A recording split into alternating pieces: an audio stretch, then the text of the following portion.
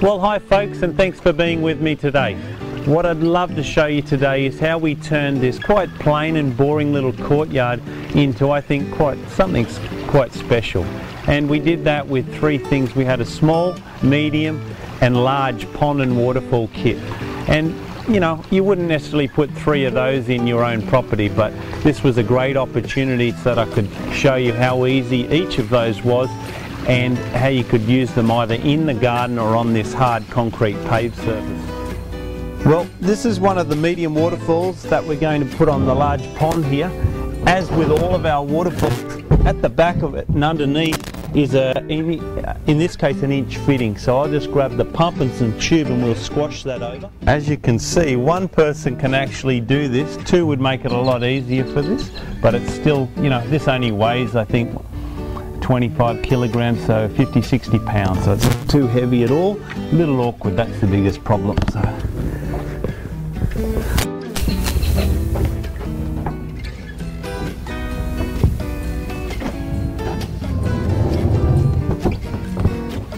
So now what I need to do is I need to grab the little sponge filter, which is great for keeping the leaves from getting caught in the propeller.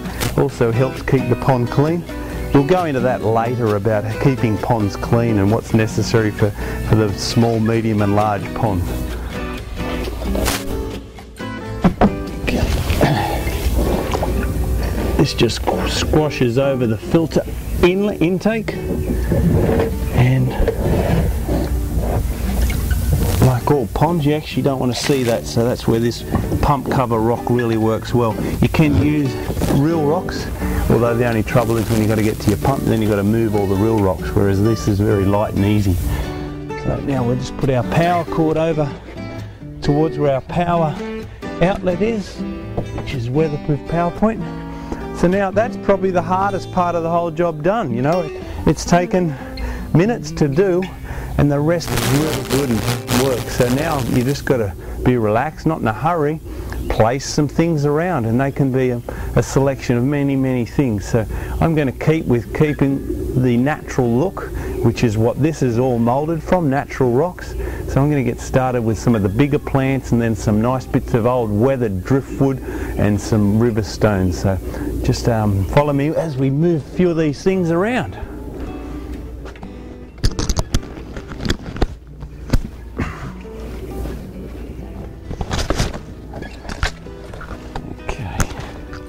That's tucked in there. You don't see the pot. If you did see the pot, then there's plenty of rocks and other ways of camouflaging those. We'll get a bit of flower and colour in there with some lovely azaleas tucked in at the back here. Okay. So usually you put your bigger plants and your bigger things around first and move from there to your smaller, more decorative little pieces.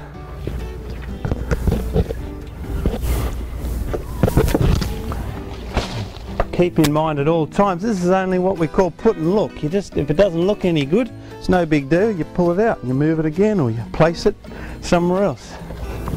Okay, some great bits of little wood here.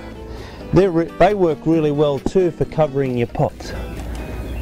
So in this case I want to get some more plants tucked into here, and maybe that'll work like that.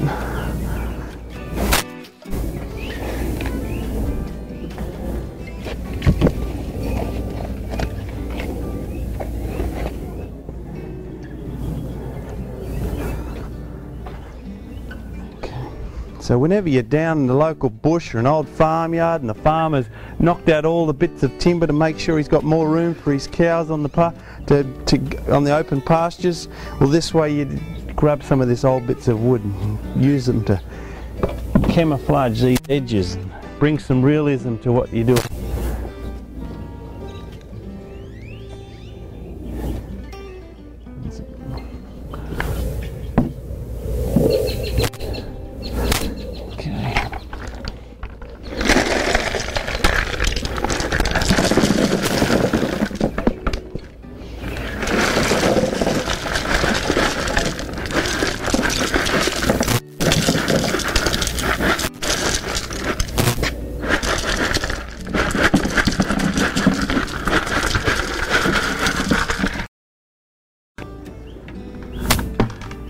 next thing we need is some water plants sitting inside the pond, and they work for many reasons on helping your pond stay nice and clean and looking attractive.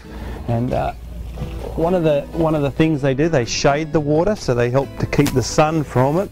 When that happens, then the algae doesn't grow as much, and the water lilies work fantastic for that in particular.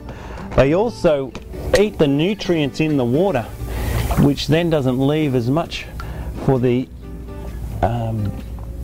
water plant, the algae to live on, so the algae doesn't take over your pond. A little bit of algae is not bad. It shows a healthy pond, but too much shows an unhealthy pond. So I'm just going to plug this in.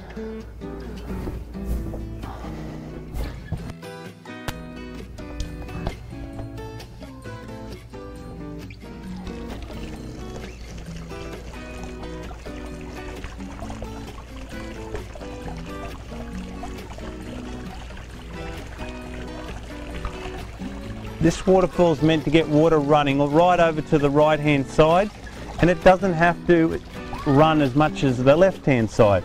So I think you can start to see it's just starting to get a little trickle over there.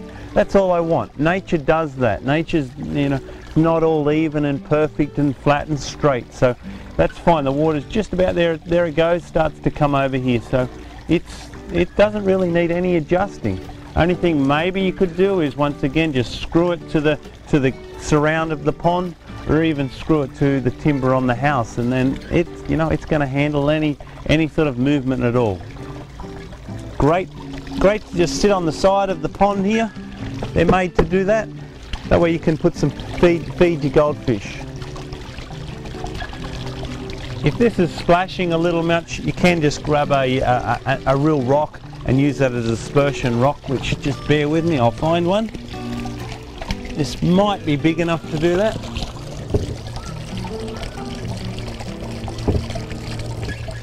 There you go. So